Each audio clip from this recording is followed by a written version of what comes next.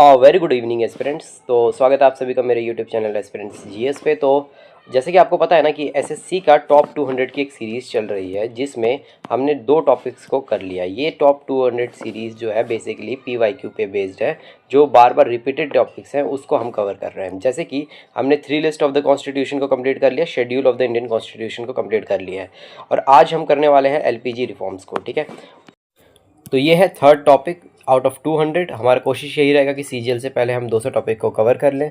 और पता है एक बात कि एसएससी जो सीजीएल हुआ था उसमें काफ़ी सारे मतलब पिछले साल जो सीजीएल हुआ था काफ़ी नई नई चीज़ें हुई थी, लेकिन एक जो बड़ी कमाल की चीज़ हुई कि उसने डॉक्यूमेंट्री से रिलेटेड भी क्वेश्चंस पूछना शुरू किया। जैसे कि उसने 1991 के, ठीक है, रिफॉर्म से क्वेश्चन पूछा एलपीजी से। ठीक, उसने 1998 के मिशन शक्ति, ठीक है, 1974 के smiling Buddha, Indian nuclear programme, उसके बाद 1975 के इमरजेंसी, इस तरीके के डॉक्यूमेंट्री वाले क्वेश्चन पूछने लगा, जो पहले इस तरीके के क्वेश्चंस पूछता नहीं था। अगर पूछता भी था तो उसका जो रेंज होता था वो एक तरीके का वन वर्ड जैसा था कि ये कब हुआ या किसने किया, इससे रिलेटेड। लेकिन अब जो है वो पूरी तरीके से, ठीक है, अंडरस्टैंडिंग बेस्ड क्वेश्चन पूछने लगा है, स्पेशली लिबरलाइजेशन, प्राइवेटाइजेशन और ग्लोबलाइजेशन वाले चैप्टर में। चलो मैं आपको इसका पीवाईक्यू दिखाता हूँ तो आपको समझ आएगा अच्छे से। देखो, ठीक है, निष्कर्ष और कथन जैसे टॉपिक से देखिए ये सारे पीवाईक्यूज हैं। तो इस तरीके के ये क्वेश्चंस पूछ रहा था जो पिछले साल पूछा गया है। तो हमें भी क्या करना पड़ेगा कि रटने की जगह हमें समझने पे फोकस देना पड़ेगा इस चैप्टर को एज अ मूवी की तरह। ठीक, तो चलिए स्टार्ट करते हैं आज की क्लास को। Liberalisation, privatisation and globalisation, LPG, इसको एक और क्या कहा जाता है, new economic policy of 1991। Full form मैंने बता दिया। इसमें ट्रांसफॉर्मेशन हुआ था। किस चीज़ का ट्रांसफॉर्मेशन हुआ था? स्टेट कंट्रोल इकोनॉमी से हम बने थे मार्केट ओरिएंटेड इकोनॉमी। आज हम ना अंडरलाइन करने से ज़्यादा समझने पे फोकस करेंगे कि क्या रीजंस थे जिसके वजह से ये 1991 का क्राइसिस हुआ। चलिए अब यहाँ ध्यान दीजिए, 1947 में जब हम आज़ाद हुए तो हमारे पास दो रास्ते थे। या तो हम कैपिटलिस्ट बन जाए, कैपिटलिस्ट जानते हो ना, पूंजीवादी, जो पूरी तरीके से बिजनेस पे डिपेंडेंट होते हैं, इस पे सरकार का कंट्रोल कम होता है, और ये क्या, ये यहाँ पर इनइक्वालिटी बहुत ज़्यादा होती है। ठीक है, यहाँ पर अमीर बहुत अमीर होता है, गरीब बहुत गरीब होता है। दूसरा, या हम सोशलिस्ट बन जाए, यानी जनता ही हमारे लिए सब, मतलब उस पर ही फोकस देना है। ठीक है, यानी सब चीज़ बराबर रखनी है, इक्वालिटी लानी है मार्केट में। ये तीसरा ऑप्शन निकाला जवाहरलाल नेहरू ने, जिसे कहते हैं मिक्स्ड इकोनॉमी। ठीक है, मिक्स्ड इकोनॉमी, जिसमें थोड़े गुण कैपिटलिस्ट के लिए गए और थोड़े गुण सोशलिस्ट के लिए गए। ठीक, अच्छा, मिक्स्ड इकोनॉमी से मुझे याद आया कि आईबी के AICO का एक पेपर होता है ग्रेड 2 का, ये सीजीएल जैसा ही होता है, उससे थोड़ा इसका लेवल और ऊपर होता है।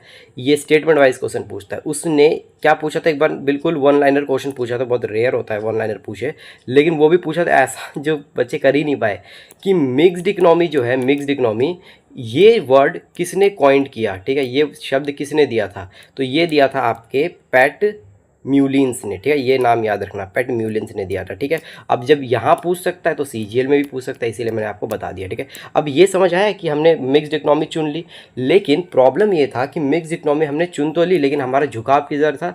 सोशलिस्ट की तरफ था। और इसके वजह से हमने दबाना शुरू कर दिया किस चीज़ को? इंडस्ट्रीज़ को। पूरी तरीके से हम उसको धीरे धीरे करते गए और सोशलिस्ट आइडियोलॉजी की तरफ बढ़ते गए, और इसको हम, ठीक है, सप्रेस करते गए इंडस्ट्रीज़ को। और जिसका इम्पैक्ट हमें देखने के लिए मिलता है फर्स्ट कब, 1948 का IPR आता है, इंडस्ट्रियल पॉलिसी रेजोल्यूशन। ये लाया किसने था? श्यामा प्रसाद मुखर्जी ने, ये याद रखना। ठीक है, तो श्यामा प्रसाद मुखर्जी जब लाए तो उन्होंने क्या किया, इन्होंने डिवाइड कर दिया इंडस्ट्रीज़ को कुछ पार्ट्स में, जिसमें ज़्यादा ताकत किसको दे दी? जितने भी मेन इंडस्ट्रीज़ थे हमारे इंडिया के, चाहे वो स्टील, ठीक है, चाहे वो स्टील हो, चाहे वो एयरपोर्ट हो, रोडवेज़ हो, रेलवेज़ हो, सारी की सारी जो अभी भी प्राइवेट में आते हैं, जैसे माइनिंग्स हो गए, ये सारी भी किसके हाथ में दे दिया था?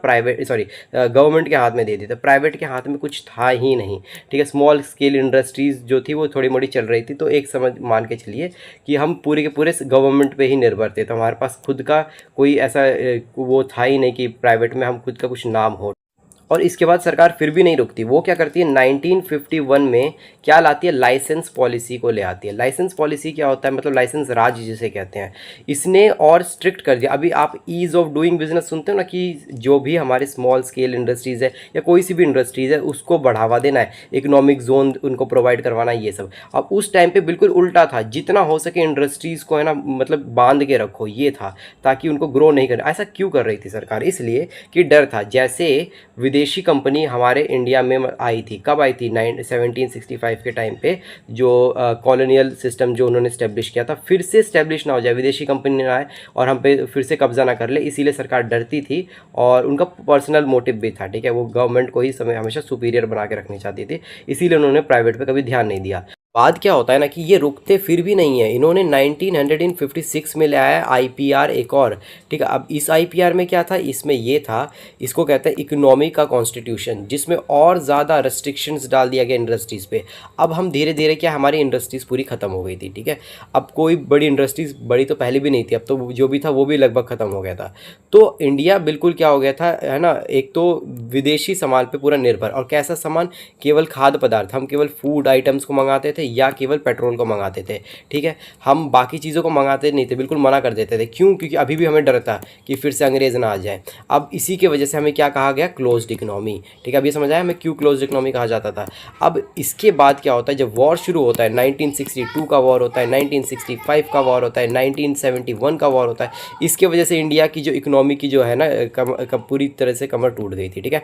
हम पूरी तरीके से अब यहीं इसी पोजीशन पे, अगर आपको याद हो कि आपने कभी पढ़ा हो, तो 1960s के टाइम पे इंडिया का सबसे डेंजरस ड्रॉट आया था, ठीक है, बंगाल, बिहार और यूपी के साइड में, ठीक है। 1 लाख से ज़्यादा लोग मारे गए थे इसमें, ठीक है, जिसे सूखा कहते हैं ना।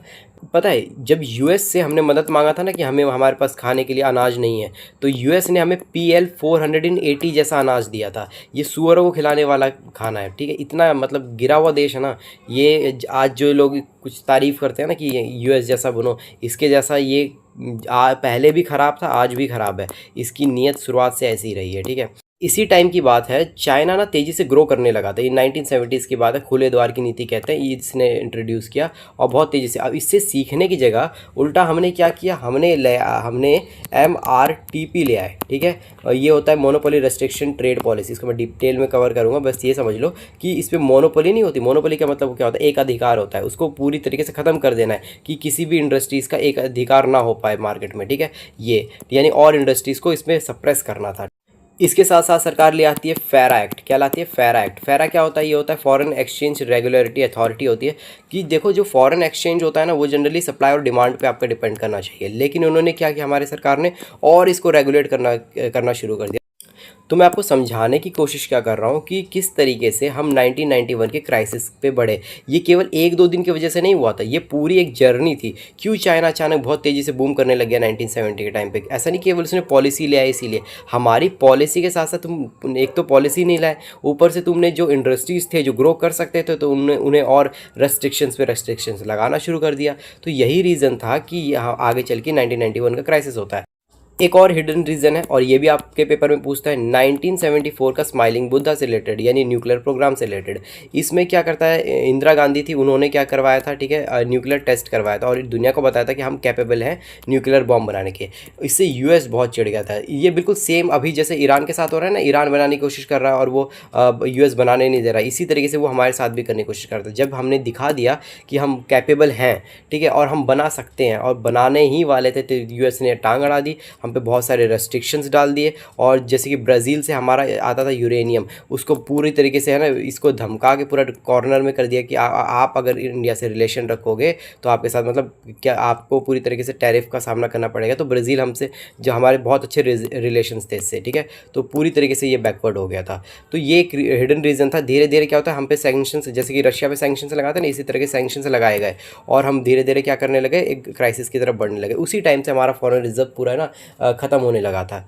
तो यही रीजंस है 1991 के क्राइसिस के। और एक और लास्ट रीज़न क्या है, 1990 में गल्फ़ वॉर हुआ था। गल्फ़ वॉर कहाँ हुआ था? वही मिडिल ईस्ट साइड में, जैसे अभी चल रही ना वही। और इसकी वजह से तेल की प्राइसेस बहुत तेज़ी से ऊपर गए थे और हमारे पास, अब देखो, हम 2 चीज़ मंगाते थे, एक तो खाना देखो कैसे सुअर वाला भेजता था अमेरिका, ठीक है, और फिर भी हम मजबूरी में मंगा लेते थे, वो अलग बात है। लाल बहादुर शास्त्री जी ने बहुत अच्छा दिमाग लगाया था 1960s के टाइम पे और 70s के टाइम पे वो सक्सेसफुल हुआ था। क्या?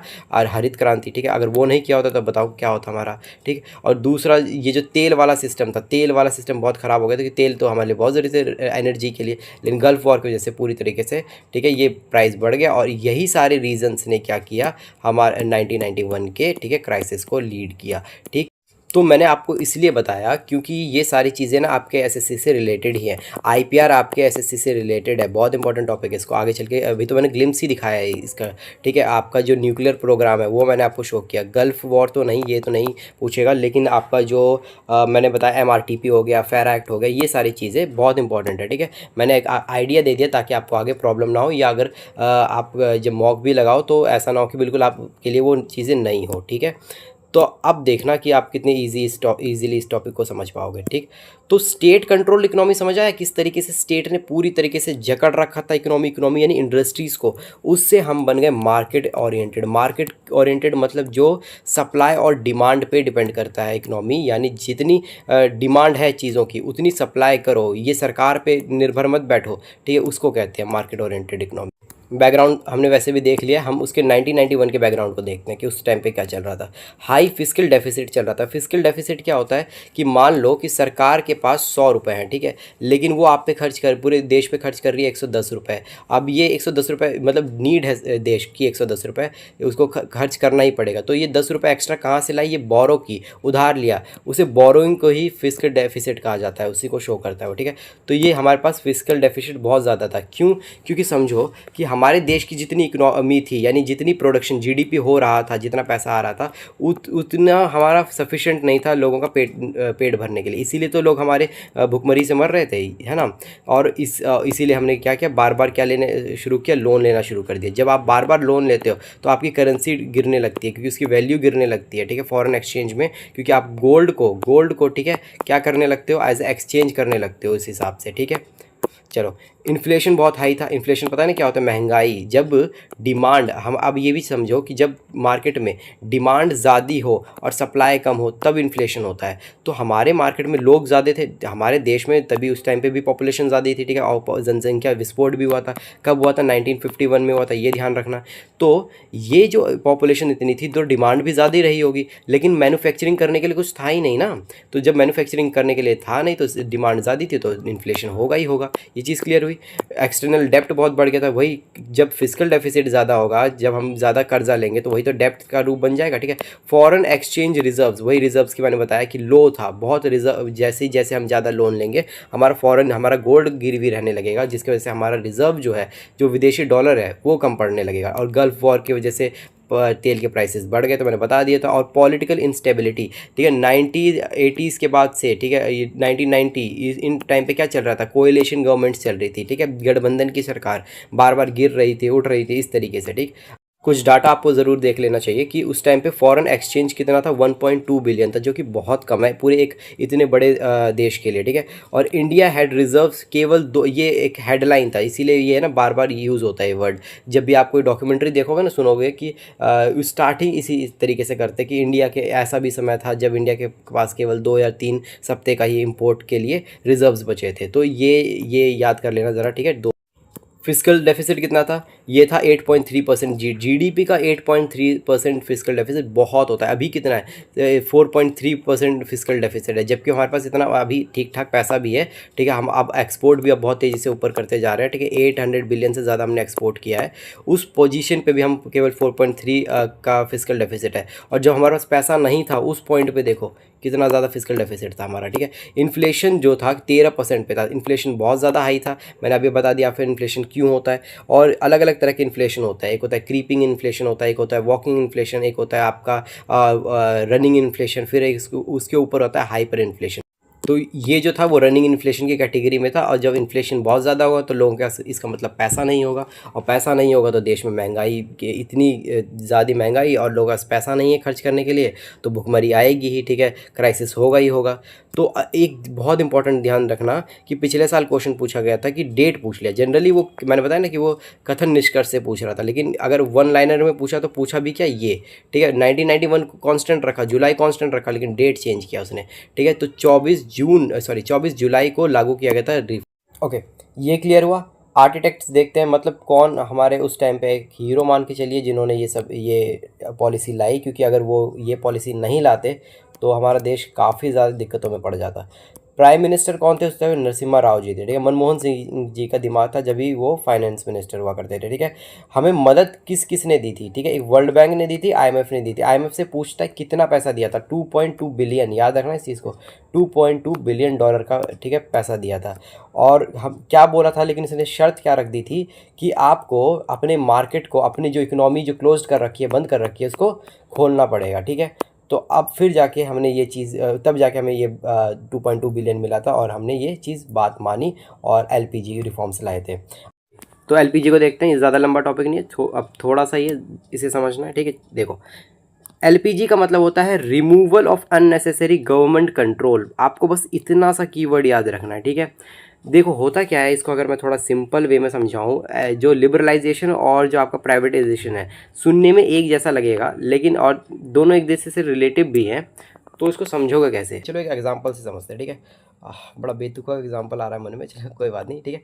तो मान लो ये है एक शेर, लग तो नहीं रहा है, अब लग रहा है, ठीक है। तो इसको ना पिंजरे में बहुत समय से बंद कर रखा है, ठीक, बंद कर रखा है। अब क्या करते हैं कि मान लो किसी दिन इसको है ना छोड़ दिया, निकाल दिया, ठीक।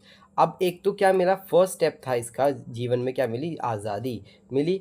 लेकिन इसको अगर मैं जंगल में छोड़ दूंगा तो इसको, इसने कभी सीखा ही नहीं है, पिंजरे में रह के इसने शिकार करना सीखा ही नहीं है। तो इसको सिखाना पड़ेगा, इसको प्रमोट करना पड़ेगा, है ना, चिकन खिलाना पड़ेगा, तब इसको स्वाद आएगा, तब जाके दूसरे का शिकार करेगा। तो सेम यही है ये लिबरलाइजेशन और प्राइवेटाइजेशन से, ध्यान से समझना। इस तरीके से हम समझ सकते हैं इंडस्ट्री को, ठीक है, वो केज में है, किसमें? क्लोज्ड इकोनॉमी में है। तो पहला स्टेप था इसका आज़ाद होना, उसी को लिबरलाइजेशन मान के चल सकते हो। और दूसरा क्या? इसको प्रमोट करना, क्योंकि उसने कभी सीखा ही नहीं स्पेशल इकोनॉमिक जोन क्या होता है, ट्रेड क्या होता है, ग्लोबल इकोनॉमी क्या होती है, किस तरीके से व्यापार होता है, ठीक है, लॉजिस्टिक्स क्या होता है। हमारी इंडस्ट्रीज ने उस टाइम पे सीखा नहीं था, तो उसको क्या दिया गया? प्राइवेटाइजेशन, बढ़ावा दिया गया प्राइवेटाइजेशन से, तब जाके उसने अपने पैरों पे खड़ा हुआ। तो ये एक अजीब सा एग्जाम्पल है। अजीब से एग्जाम्पल से के बाद हम थोड़े थ्योरी पे आते हैं तो समझते हैं इसको, ठीक है, एक्चुअल में इसका मीनिंग क्या है। लिबरलाइजेशन का क्या होता है कि removal of unnecessary government control, वही तो मैंने बोला था कि कंट्रोल खत्म करना, ठीक है, जिसपे जो लिबरलाइजेशन का मतलब क्या होता है कि आज़ादी दिलाना, ठीक है, इकोनॉमिक रेस्ट्रिक्शंस को ख़त्म कर देना। यही है इंडस्ट्रियल लाइसेंस, जो लाइसेंस था उसने जकड़ के रखा हुआ था ना इंडस्ट्रीज़ को, वो ख़त्म किया गया। इसमें आप ये ध्यान में रखना, ठीक है। उसके बाद जो इम्पोर्ट रेस्ट्रिक्शन था कि आप इम्पोर्ट नहीं कर सकते, बाहर के सामान नहीं मंगा सकते। मान लो मशीन मंगाना है, ठीक, हम केवल तेल और खाना मंगाते थे, हमारी इंडस्ट्रीज़ को तो मशीन की ज़रूरत है ना, उसके लिए तो आपने मना कर रहा था। एक एमएनसी का एक्ट ले आए थे आप 1977 में, जिसमें ये क्या था? रेस्ट्रिक्शंस ला रखा था, जो ये तो होती है ना मल्टी नेशनल कंपनीज होती हैं, उस पर रेस्ट्रिक्शंस ला रखा था। तो वो चीज़ें ख़त्म की गई और इम्पोर्ट को अब बढ़ावा देना शुरू किया गया, ठीक है, ठीक है। तो अब देखेंगे प्राइवेटाइजेशन, दूसरा जो रिफॉर्म किया गया, इसमें क्या किया गया? ट्रांसफ़र किया गया ownership and the management of public sector. मैंने बोला ना कि अब इसको क्या सिखाना है कि किस तरीके से करना है। तो ये कैसे सीखेगा? वैसे ही सीखेगा जो पहले से ही जो मार्केट स्टेब्लिश है।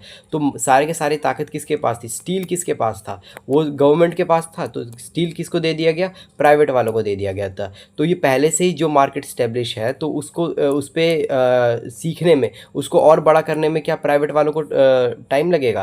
ये ज़ीरो से स्टार्ट थोड़ी ना करना पड़ रहा है। तो यही तो चीज़ थी। तो धीरे धीरे क्या होता है, जो ट्रांसफ़र किया जाता है इसमें, उसमें क्या था कि लिबरल किया जाता है, कंट्रोल कम किया जाता है उसमें, ठीक है, और इसमें क्या किया जाता है? ट्रांसफ़र किया जाता है, ठीक है। आई होप कि आपको क्लियर हुआ होगा। जब क्वेश्चन करेंगे तो और अच्छे से ये चीज़ क्लियर होगी, क्योंकि ये अंडरस्टैंडिंग पे ही बेस्ड है, ठीक है। क्योंकि देखो दोनों बहुत रिलेटिव है ना, इसीलिए ना ये कन्फ्यूजन आपस में बिल्ड होती है, ठीक है। चलिए, अब डिसइन्वेस्टमेंट क्या होता है? डिसइन्वेस्टमेंट ऑफ, पहले ये समझो, पीएसजी होता है, ये पब्लिक सेक्टर अंडरटेकिंग, यानी जो सरकारी जो इंडस्ट्रीज़ होती हैं उसको कहते हैं। अब डिसइन्वेस्टमेंट और प्राइवेटाइजेशन में अंतर होता है। पता है क्या अंतर होता है?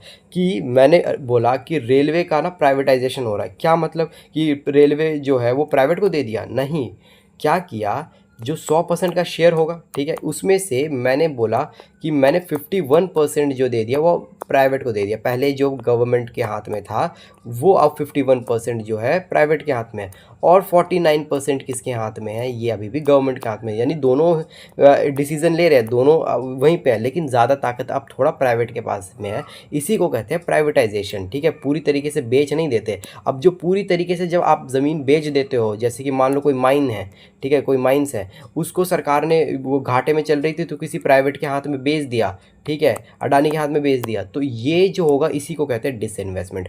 पूरी तरीके से बेच देना डिसइन्वेस्टमेंट, और शेयर्स बेच देना, ठीक है, अपने से ज़्यादा शेयर प्राइवेट को दे देना, प्राइवेटाइजेशन। क्लियर? चलो, ठीक है। और इसमें क्या होता है, गवर्नमेंट की मोनोपोली खत्म हो जाती है, ठीक है, मोनोपोली खत्म हो गई ना, क्योंकि सरकार अपने में से तो काट के चीज़ें दे रही है आपको, ठीक। जैसे कि किस किस सेक्टर्स में, टेलीकॉम सेक्टर में से, जो आपका एयरवेज सेक्टर है उसमें, ठीक है, ये तभी जाके हमारा एयरवेज सेक्टर उसके बाद से ग्रो करना शुरू किया है, नहीं तो सरकार ने तो पूरा का पूरा हालत ख़राब कर दिया। बैंकिंग रिफॉर्म्स हुए थे, ठीक है, बैंकिंग को प्राइवेट करना शुरू किया था सरकार ने, सारा का सारा पहले ना गवर्नमेंट के अंडर कर लिया था बैंकिंग को, ठीक है। तो बैंक को जब सब अगर सरकारी बैंक रहेगा तो एक तो जो सरकारी बैंक होते हैं वो लोन देने में बहुत कंजूसी करते हैं, ठीक है। एक तो सरकारी जो जिनकी नौकरी होती है वो काम करने में बहुत कंजूसी, और उस टाइम पे तो डिजिटल ज़माना भी नहीं था, अकाउंटेबिलिटी भी नहीं थी, तो सोचो क्या हाल रहा होगा, ठीक। अब ग्लोबलाइजेशन, इसमें आपको टाइम नहीं लगेगा। तो ग्लोबलाइजेशन क्या होता है कि इंडस्ट्री थी, इंडस्ट्री आज़ाद हुई, ठीक है, पहली बार दुनिया देखी उसने, और अब सरकार ने क्या बोला, चलो हमारी इंडस्ट्री ले लो, अब इसको ग्रो करो, तो अब ग्रो करने लगा, यानी प्राइवेटाइजेशन हुआ, यानी अपनी चीज़ देख के अब ये प्राइवेट ने अपना कंट्रोल जमाना शुरू कर दिया मार्केट में। अब जमाते जमाते अपना एरिया तो इसने, ठीक है, एक्वायर कर लिया, लेकिन अब जाना है विदेशी मार्केट को भी एक्वायर करना है, वहाँ पर भी अपने झंडे गाड़ने हैं। तो उसी को कहते हैं ग्लोबलाइजेशन, यानी अपनी जो भी आपकी डोमेस्टिक चीज़ है उसको आप जब आप इंटरनेशनल लेवल पर ले जाते हो तो उसी को कहते हैं globalisation, integration of the Indian economy with the global economy. और ये देखो, ग्लोबलाइजेशन केवल इकोनॉमी से रिलेटेड नहीं होता, ये आपके कल्चर से भी रिलेटेड होता है। जब हमारी दिवाली, मान लो दिवाली को विदेशों में मनाया जाएगा, तो उसको भी आप ग्लोबलाइजेशन का ही पार्ट कहोगे, जैसे जो सॉफ्ट पावर कहते हैं। जैसे कि ना उनका BTS आर्मी, इनका बहुत ज़्यादा इन्फ्लुएंस है मार्केट में, ठीक है। और मुझे अभी भी याद है जब मैं कॉलेज में था तो मैंने उससे पहले नहीं सुना था इस BTS आर्मी पता नहीं क्या होती है, ठीक है। तो मेरे को टॉपिक दिया था कि BTS आर्मी जो है ना उसको क्रिटिसाइज़ करना गलत है, ये जो है अपने मतलब दम पर इन्होंने जो भी हासिल किया अपने, ऐसा कुछ टॉपिक था, ठीक है। तो मैंने उसमें पूरा का पूरा पता नहीं क्या एक्सप्लेन करना शुरू कर दिया था कि उनके ये एडवांस मिलिट्री, ये है एडवांस उसका वो वेपन है उनके पास एयर डिफेंस सिस्टम है, जबकि वो सब उनके पास है भी नहीं। मैंने कुछ भी ऐसे बोलना शुरू कर दिया था, और नंबर मेरे को मिले थे उसमें, ऐसे कुछ रैंकिंग्स होती है जो 30 नंबर से, जिसे एक्सटेम्पोर कहते हैं, तो 2 या 3 नंबर दिया था जज ने।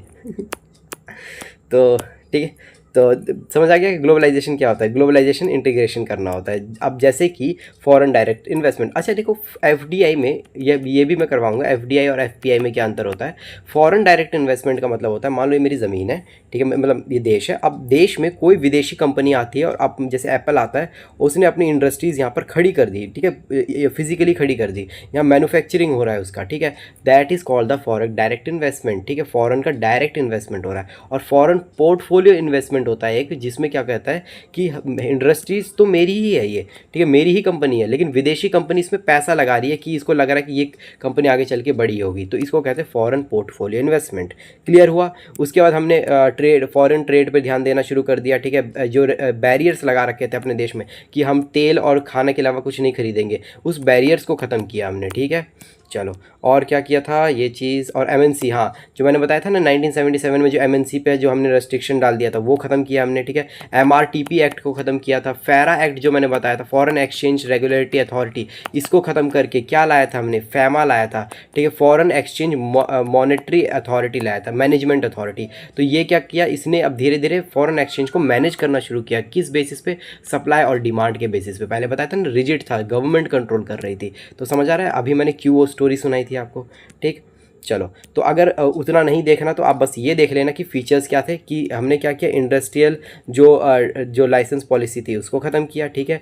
डिसइन्वेस्टमेंट पॉलिसी जो लाई, ठीक है, यानी प्राइवेटाइजेशन में डिस इन्वेस्टमेंट को लाया, या तो थोड़ी शेयर्स खरीद लिए सरकार से, ज़मीन जो भी कोई इंडस्ट्री है उसका ज़्यादा शेयर ले लिया, या हमने उसकी पूरी की पूरी इंडस्ट्री ले ली। अब पूरी इंडस्ट्री ले ली तो दैट इज़ कॉल्ड डिसइन्वेस्टमेंट, अगर शेयर ले लिया तो that is called the privatisation.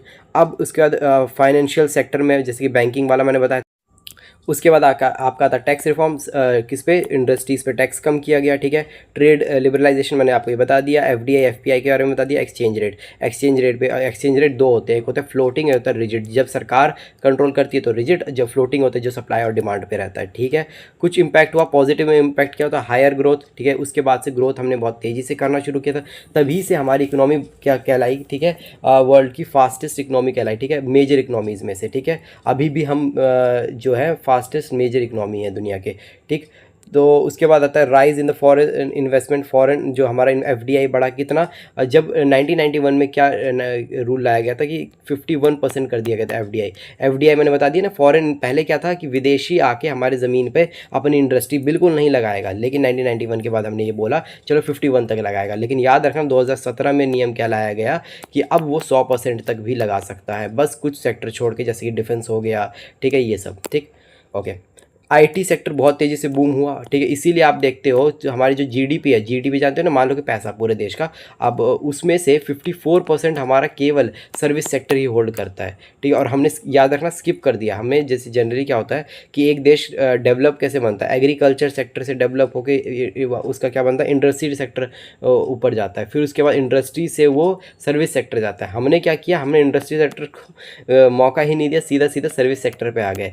जब ये 1991 का जो ये आया ना पॉलिसी आई, तो हमने सोचा था कि हम इंडस्ट्रीज़ को आगे बढ़ाएंगे, लेकिन हमारे इधर इंडस्ट्रीज़ का मतलब क्या, मैन्युफैक्चरिंग की बात कर रहा हूँ, मैन्युफैक्चरिंग को आगे बढ़ाएंगे, लेकिन हमने क्या फोकस किया, केवल आईटी पे फोकस किया, इसीलिए हमारे इधर टेलीकॉलर की जॉब ज़्यादा देखने के लिए मिलती है रेदर देन, ठीक है, इंडस्ट्रियल जॉब्स, ठीक। और क्या जो एम्प्लॉयमेंट अपॉर्चुनिटीज़ बढ़ी, ठीक है। उसके बाद क्या हुआ कि हम ग्लोबल कॉम्पिटिटिवनेस में भी आने लग गए, यानी अब हम कॉम्पीट करने लगे थे। जैसे कि अभी एक कॉम्पिटिटिवनेस इंडेक्स निकलता है, मुझे ध्यान आ रहा है, चेक कर लेना, हम उनसे ना 41st रैंकिंग पे है ना, अभी जस्ट अभी चेक कर लेना, ठीक है, वीडियो रोक के, ठीक। नेगेटिव इम्पैक्ट ऑफ एलपीजी क्या क्या था, एक तो रीजनल इम्बैलेंस हुआ, ठीक है, कुछ एरियाज़ बहुत तेज़ी से, गुजरात एरिया बहुत तेज़ी से ग्रो हुआ, बिहार का एरिया वैसे का वैसा रह गया, ठीक है, बिहार हो गया, यूपी हो गया, इन पे सरकार ने ध्यान ही नहीं दिया, कोस्टल एरियाज़ पे ध्यान दिया, इसीलिए आप सिलिकॉन वैली को देखते हो ग्रो करते हुए, ठीक है, आपने नीचे के साइड पे आपने ध्यान दिया। देखो सरकार की भी मतलब जिम्मेदारी होती है कि सरकार कैसे करती है, इनके सरकार ने किया नहीं, इनके सरकार ने किया, बस ये थोड़ा अंतर था, ठीक है। तो एक रीजनल इम्बैलेंस हो गया, ठीक है, इनकम इनक्वालिटी, ठीक है, इनकम इनक्वालिटी कैसे कि जो फार्मर्स थे हमारे, एक पॉइंट अगर मैं बताऊं, ध्यान से देखना ज़रा इस चीज़ को, कि हमारे 3 सेक्टर्स होते हैं, एग्रीकल्चर और उसके बाद इंडस्ट्रियल सेक्टर और सर्विस सेक्टर। सर्विस सेक्टर जो है वो 54% तक, ठीक है, क्या करता है, होल्ड करता है, ठीक है, जीडीपी को, ठीक है, मतलब जीडीपी का कंट्रीब्यूशन 54% है, इस एग्रीकल्चर का केवल 17% है, ठीक है। अब मैं इस पे अभी इंडस्ट्रीज़ भूल जाओ, एग्रीकल्चर का 17% है और इसका 54% है, मतलब पैसे के मामले में, देने के मामले में, लेकिन पॉपुलेशन जो है ये इसकी 54% है, बताओ, ठीक है। मतलब देश का 100 में से 54% जो पॉपुलेशन है वो एग्रीकल्चर में इंगेज्ड है, लेकिन कंट्रीब्यूशन दे रहा है 17%, और 54% जहाँ से हमारा आ रहा है उसका कितना है, लगभग 25% के अराउंड है। तो इससे ये हमें पता चलता है कि कितना ज़्यादा इनइक्वालिटी है, यानी क्या है कि जो एग्रीकल्चर सेक्टर में उनका कुछ इनकम ही नहीं आ रही, और जो आईटी सेक्टर्स में है, जो, ठीक है, यहाँ तक कि जो टेलीकॉलर वाले जॉब में भी, वो भी थोड़े साल के लिए अगर रहते हैं तो उनकी भी 30-40 हज़ार सैलरी हो जाती है, और जो किसान इतनी मेहनत करता है उसकी कितनी भी मेहनत कर ले, उसका है ना जो रियल जो प्राइस मिलना चाहिए वो कभी मिलता ही नहीं है, क्योंकि इतना बिचौलिए इतने सारे हैं, ठीक है, वो ख़त्म किए नहीं जा रहे हमसे, ठीक। तो क्या होता है, pressure on small industries, small industries में क्या आ जाता है, प्रेशर आ जाता है, कैसे, जैसे ही ग्लोबलाइजेशन हुआ तो जो बाहर की इंडस्ट्री, हमारी इंडस्ट्रीज़ केवल बाहर नहीं गई, दूसरी इंडस्ट्रीज़ भी तो हमारे इंडिया में आएगी, 51% जो हमने एफडीआई खोल दिया था, तो वो जब आई तो उन्होंने सस्ते में ये दाल चीनी, अपना साबुन तेल बेचना शुरू कर दिया, लाइफ बॉय बेचना शुरू कर दिया है ना, वो जो सुअर को नहलाने वाला साबुन, वो बताओ अब हमारे इंडिया में बिक रहा है, विदेशों में बैन है वो, ठीक। इस तरीके से जो प्रोडक्ट्स हैं वो बहुत सस्ते में बेचने, और जो हमारी जो कंपनीज़ है वो कभी खड़ी ही नहीं हो पाई, स्मॉल स्केल इंडस्ट्रीज़ जो अब थोड़ी थोड़ी वो ग्रो कर रही है मुद्रा स्कीम की वजह से, ठीक है। जॉब इनसिक्योरिटी किस में होने, जैसे कि अब देखो प्राइवेटाइजेशन की वजह से क्या होता है, गवर्नमेंट जो है उसमें जॉब्स धीरे धीरे कम हो गई। अगर आप कभी डाटा देखना तो पहले बम्पर जॉब्स निकलती थी, धीरे धीरे धीरे धीरे ख़त्म। अब जैसे सीजीएल की तैयारी कर रहे हो ना, कर लो, मतलब 1-2 साल में ख़त्म है ये नौकरी, बता रहा हूँ, जैसे जैसे हिसाब लग रहा है इन लोगों का।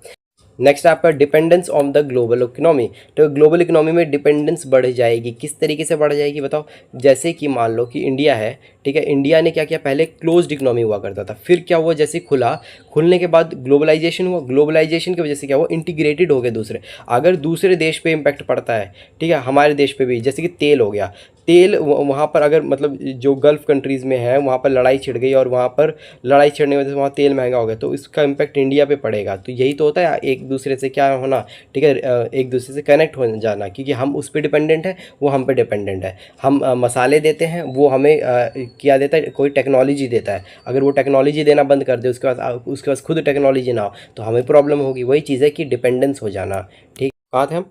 ये था ना लिबरलाइजेशन, वही मैंने डाल दिया कि reduction of the government control. ठीक है, गवर्नमेंट का कंट्रोल कम करना। प्राइवेटाइजेशन का मतलब क्या होता है, प्राइवेट सेक्टर को बढ़ावा देना। और लास्ट है ग्लोबलाइजेशन, यानी इंटीग्रेटेड कर देना इकोनॉमी के साथ में। चलिए PYQ को सॉल्व करते हैं। ठीक, चलो, economic reform in India introduce कब किया गया था, ये PYQ में पहले होता है, PYQ से रिलेटेड है। ठीक है, कब किया गया था, 1991 में। कब? 24 जुलाई को। ठीक है, okay. The economic policy reform 1991 किस नाम से जाना जाता है? इसको कहते हैं क्या? 5 ईयर प्लान। गलत, ठीक, ये गलत, सब गलत। न्यू इकोनॉमिक पॉलिसी कहते हैं कब? 1991 की। ठीक है, ये कहा जाता है। ठीक है, ओके। अच्छा, एक और ध्यान रख लेना, इसको IPR 5 भी कहा जाता है। ठीक है, इंडस्ट्रियल पॉलिसी रेजोल्यूशन 5 भी कहा जाता है। ठीक है, 1991 के इकोनॉमिक पॉलिसी रिफॉर्म को। ठीक, चलिए ये वाले क्वेश्चंस की बात कर रहा हूँ जो पिछले साल CGL में पूछेगा। ठीक है, तो द 1991 रिफॉर्म्स, ठीक है, led to the opening of the Indian economy to the foreign investors. सही तो बात है। 1991 के रिफॉर्म्स ने क्या किया था कि ओपन कर दिया था इंडियन इकोनॉमी को फॉरेन इन्वेस्टर्स के लिए। 51% FDI। याद आया ये नहीं आया, ये बताओ मेरे को। ठीक, okay. The government wanted to increase the domestic savings rate.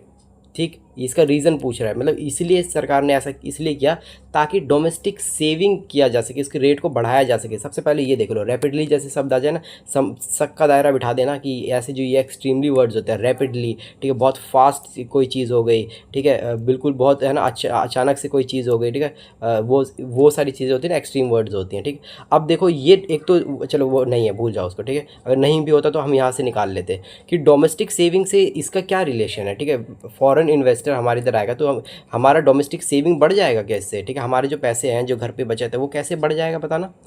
नहीं बढ़ना। ठीक है, ये इसलिए लाया गया था ताकि हमारी GDP बढ़ सके। ठीक है, ये था हमारा फोकस।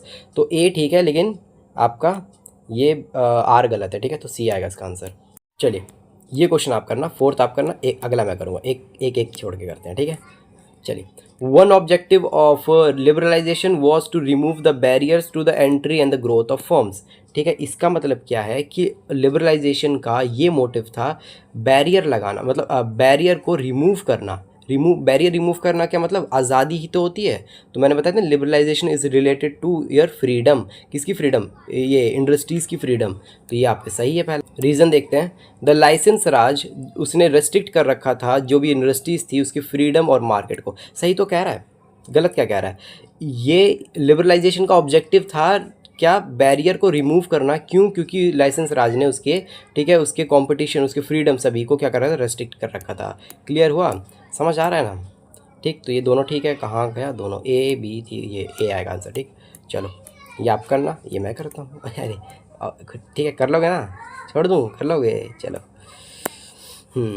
विच अगर नहीं हो पाएगा तो एक बार वो डाल देना, अगर नहीं समझ आए ना कि कमेंट सेक्शन में ये वाला भैया कैसे होगा तो मैं बता दूँगा। ठीक है, which international organisation played a crucial role trigger करने में क्या चीज़ 1991 के इकोनॉमिक रिफॉर्म्स इन इंडिया। मतलब किसने ट्रिगर किया, किसने हमें दबाव डाला कि तुम करो? कौन था? वर्ल्ड बैंक और IMF। कितना लोन? 2.2 बिलियन का। याद आ रहा है ना? ओके, ये छोड़ना था ना, हाँ ये करना है।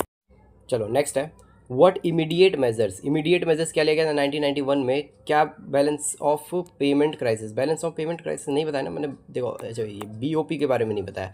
बैलेंस ऑफ पेमेंट का मतलब ये होता है कि मान लो कि ये है अमेरिका, ये गंदा देश है, इसको बात नहीं करेंगे। ठीक है, जापान, ये हो गया अपना इंडिया। ठीक है, इसने दिया 50 रुपये का सामान, हमें बेचा, हमने इसे 100 रुपये का सामान बेचा, तो फ़ायदा किसको हुआ? हमें हुआ ना। तो ये हमारा 50 रुपीज़ का BOP कहलाएगा, हमारा बैलेंस ऑफ पेमेंट सरप्लस कहलाएगा 50 रुपीज़ का। ठीक है, अब समझ आया? यानी कितना लेन देन होता है उसी को BOP कहते हैं, बैलेंस ऑफ पेमेंट कहते हैं। लेकिन ये क्या चल रहा था? नेगेटिव में चल रहा था, इसीलिए इसे बैलेंस ऑफ पेमेंट का क्राइसिस कहा गया।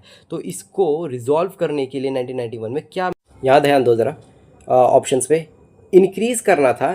ठीक है, मतलब क्या ऐसा मेजर्स किया गया? इंक्रीज़ कर दिया गया इंपोर्ट पे, क्या रेस्ट्रिक्शंस? नहीं, उल्टा ग्लोबलाइजेशन किया गया था ना, आओ हमारे इधर पे क्या इंडस्ट्री इस्टेब्लिश करो, ये बात हुई थी। तो ये तो बिल्कुल गलत है। ठीक है, और इन दोनों पर भी थोड़ा होल्ड लगाओ, इस पर आओ। Introduce the fix exchange rate, गलत, मैंने बताया था ना कौन सा फ्लोटिंग एक्सचेंज रेट आया था, तो ये दोनों गलत हो गया, ये दोनों गलत हो गया। यहाँ पर ध्यान देना बहुत, ठीक। Devaluation of rupees against the foreign currency या revaluation of the rupees against the foreign currency, इसका मतलब क्या है? डिवैल्यूएट का मतलब होता है कि डॉलर के मुकाबले या किसी भी करेंसी के मुकाबले अपनी करेंसी को गिराना, तो उसे डिवैल्यूएशन करते हैं। और जानबूझ के नहीं, ये सप्लाई और डिमांड पर डिपेंड करता है। जब जानबूझ के गिराते हैं उसे कहते हैं डेप्रिशिएशन, और जब उठाते हैं उसे कहते हैं एप्रिशिएशन, ठीक है। तो रिवैल्यूएशन क्या होता है? जब अपनी करेंसी का जो वो प्राइस है ना बढ़ जाता है, ठीक है, वैल्यू बढ़ जाती है दूसरे के कंपेयर। टफ है, नहीं समझ आ रहा, चलो कोई नहीं, इधर देखो, जब बीओपी आएगा ना तो बहुत इजी लगेगा आपको, अभी थोड़ा मुश्किल लग रहा होगा लेकिन कोई बात नहीं। इधर देखो, होता क्या है कि ये है, मान लो इंडोनेशिया, ये है इंडिया, एक एग्जांपल दे रहा हूँ। ये है कोई विदेशी व्यक्ति, यहाँ पर करेंसी के क्या हुआ है, यहाँ पर हुआ है रीवैल्यू, यानी इसकी वैल्यू का जो करेंसी है वो, मतलब जो प्राइस है वो ज़्यादा है, मान लो कि 10 है, ठीक, और हमारी करेंसी की हुई डी वैल्यू 5 रुपये की है। अब कोई भी जो व्यक्ति है वो, अगर सामान दोनों जगह सेम मिल रहा है, ठीक है, तो वो 10 रुपये का जो सेम सामान 10 रुपये का खरीदना चाहेगा या 5 रुपये का खरीदना चाहेगा? तो 5 रुपये का खरीदना चाहेगा। तो यही तो ये क्वेश्चन बोल रहा है, क्या बोल रहा है कि हमें अगर जो क्राइसिस है हमारा, बैलेंस ऑफ पेमेंट क्राइसिस, वो कैसे ख़त्म होगा? जब हमारा सामान ज़्यादा बिकेगा। और कब बिकेगा? जब हम उसको सस्ते दाम पे बेचेंगे, और सस्ते दाम पे बेचने के लिए हमें अपने करेंसी को क्या करना पड़ेगा? डिवैल्यूएट करना पड़ेगा। ये चीज़ क्लियर हुई, ठीक। और इसी वजह से 1991 के बाद से अगर आप ट्रेंड देखोगे तो हमारा जो करेंसी है बहुत तेज़ी से गिरने लग रहा है, ठीक। अब तो यार उठना भी चाहिए था। डॉलर मैंने जब अभी रिसेंटली आपको करवाया था, नहीं सॉरी, बीपीएससी वालों को करवाया था कि जो डॉलर ड्रॉप रेट, उसमें क्या एक रिपोर्ट निकलती है कि डॉलर बहुत तेज़ी से नीचे गया है, सभी करेंसीज ऊपर जा रही है लेकिन इंडिया की नीचे जा रही है, क्योंकि गवर्नमेंट का फेलियर है वो, ठीक है। चलो, तो ये कौन करने वाला था? मैं, है ना। Okay, the foreign exchange reserve level to were the dash during the economic crisis, यानी कितने दिन का वो स्टॉक बच रखा था हमारे पास, रिजर्व्स बच रखा था? 15 दिन, 20 दिन, 30 दिन, 50 दिन। तो क्या बोला था मैंने? 2 से 3 वीक। कितना होता है? 14 से लेकर 21। तो या तो यार 20 भी है यहाँ पर, 15 भी है, तो मैं कौन सा टिक मारूंगा? फंसा दिया यार इसने, तो ये तो नहीं होगा, ये दोनों ऑप्शन, या तो ए होगा या तो बी होगा। क्या हो सकता है यार? ऐसे तो कोई कैलकुलेट किया नहीं जा सकता, ऊल झुलूल क्वेश्चन है ये, मतलब ठीक है, या तो आप 2 and 3 वीक्स लिख सकते थे, मैं वो नहीं बोल रहा, मेरे को कि प्रॉपर कैलकुलेट थोड़ी ना किया जा सकता है, प्रॉपर इतने ही दिन बचा है हमारे पास, ठीक। ठीक है, एक रेंज होता है तो समझ भी आता है, तो इन दोनों में से कुछ भी हो सकता है, तो मैं 15 मान के आता, ठीक। देखते 15 क्या, कौन सा क्वेश्चन था? 11, 12, 11 का ए है, 11 का ए, ठीक है, ठीक है, ये तो तुक्का लगे, ठीक है, आता ही नहीं इस टीचर को कुछ। तो ये सब तो आप कर लोगे। अच्छा ये देख लेना ज़रा, इसमें 51 नहीं दिया ना। देखो अगर 51 ना दे, जनरली क्या है ना कि जब 1991 के बाद 51% खोला गया था रिसेंटली, और थोड़े टाइम बाद ही जब अराउंड 2000 की बात है तो उसे 74% कर दिया गया था, ठीक है। और ये तो ऑप्शन के हिसाब से आफ्टर लिख दिया ना, तो इनकी मनमौजी चलने लग जाती है, ठीक है, तो ये अपने हिसाब से लेने लगते हैं। तो देखो साथ में कभी नहीं आएगा 51 और 74, और 51 नहीं है तो 74% रहना चाहिए, ठीक है। कौन सा क्वेश्चन है? 15वें का डी, ठीक है, ठीक है। ये क्वेश्चन तो फिर कर लोगे ना आप? तो कर लेना, ठीक है। अगर नहीं हो तो ज़रा कमेंट में डाल देना, ठीक है, कि या टेलीग्राम पे डाल देना अपने एस्पिरेंट जोन पे, तो मैं उसका आंसर दे दूँगा, ठीक है। ओके, करंट अफेयर्स, और ये आज का ऑप्शनल नहीं डाला, क्यों? क्योंकि ऑप्शनल नहीं है ये, क्योंकि अभी भी जो रिलेवेंट है आपका, अभी के टाइम पे प्राइवेटाइजेशन नहीं होता, लिबरलाइजेशन और ग्लोबलाइजेशन नहीं होता है, इसीलिए इंडिया ने recorded the FDI inflows, recorded 26 billion का, कितना? 2025 और 26 में किया। This development is mostly close, किससे रिलेटेड है? ये जो एफडीआई है, फॉरेन डायरेक्ट, ये विदेशों से रिलेटेड है। जब आप विदेशों में इन्वेस्टमेंट करते हो तो क्या कहलाता है? ग्लोबलाइजेशन, ठीक।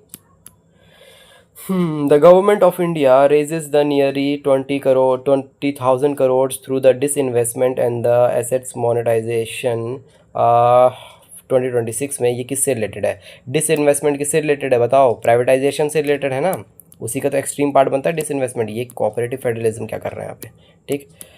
India conclude a major trade agreement with countries like UK, Oman and New Zealand during 2025-2026. These agreements are most directly related to, अच्छा, जो ये एग्रीमेंट्स करते हैं वो किससे रिलेटेड है? आप विदेशों से एग्रीमेंट कर रहे हो तो ग्लोबलाइजेशन से रिलेटेड होगा ना, ओके। अच्छा, ये क्वेश्चन बहुत इंपॉर्टेंट है आपके लिए, मैं करवाऊंगा, ऐसी बात नहीं है, मैं एग्रीमेंट्स करवाऊंगा, लेकिन इससे पूछता है, जैसे सीपा से पूछा था पिछले बार, सीजीएल से मुझे ध्यान आ रहा है, तो इस बार किस क्या रिलेटेड है ये, EFTA क्या होता है, ये ट्रेड एग्रीमेंट होता है, ठीक है, किसके बीच में करवा दिया गया एग्रीमेंट, मेरे भी याद नहीं आ रहा किसके बीच में, ठीक है, देख लेना ज़रा इसको, एक बार गूगल कर लेना। 100 बिलियन का इन्वेस्टमेंट किया गया 15 साल के लिए, ठीक है, तो ये किससे रिलेटेड है, तो ये भी आपका ग्लोबलाइजेशन से रिलेटेड होगा, ठीक है। The government continued sale of the stakes in PSU such as the NCL India and the proposed stake sales in the other public enterprises in the primarily associated with। Okay, तो government ने क्या, ये सीधी बात हो रही है, PSUs के stakes बेचने की बात कर रहा है, ठीक है, प्राइवेट को, तो ये प्राइवेटाइजेशन से तो रिलेटेड होगा। आज जब स्टेक्स बेचने की बात होती है तो प्राइवेटाइजेशन, जब आप पूरे अपने है ना इंडस्ट्रीज़ को बेच देते हो, आप पूरे सेक्टर को जो आपने कोई फर्म को बेच देते हो गवर्नमेंट, तो उसको कहते हैं डिसइन्वेस्टमेंट, ठीक है। चलो जी, कंप्लीट हो चुका है आज की ये क्लास, और चेकमेट की क्लास हो पाएगी अभी, कितने बज रहे हैं, 9:30 12 बजे यार मैं क्लास लूँगा, तो देख लोगे तुम लोग, बता देना एक बार मेरे को इसके नीचे, ठीक है। चलो ख़त्म करते हैं, और बता देना यार आपको समझ आ रहा है नहीं आ रहा, अगर नहीं आ रहा तो मैं थोड़ा और इजी में समझाने की कोशिश करूँगा। मेरे को ऐसा लगता है, देखो मेरे को ऐसा लगता है कि आप लोग समझदार हो, इसीलिए मैं आप थोड़ा स्टैंडर्ड थोड़ा रेज़ करके ही रखता हूँ, क्योंकि क्वेश्चन से ना आपको देखो सिलेक्शन लेना है, तो आपको ना दूसरे जो एस्पिरेंट्स हैं उससे ज़्यादा आपको मतलब है ना समझदारी रखनी पड़ेगी, तो उससे ज़्यादा थोड़ा मैं ना इकोनॉमिक्स के बारे में, जो आज कोई भी आप टॉपिक पढ़ रहे हो, चाहे इवन मैथ्स भी पढ़ रहे हो ना, तो आपको उनसे थोड़ा एक कदम आगे रहना पड़ेगा, उसी लिए ये सब चीज़ें हैं, ठीक। चलो जी, ख़त्म करते हैं आज की क्लास।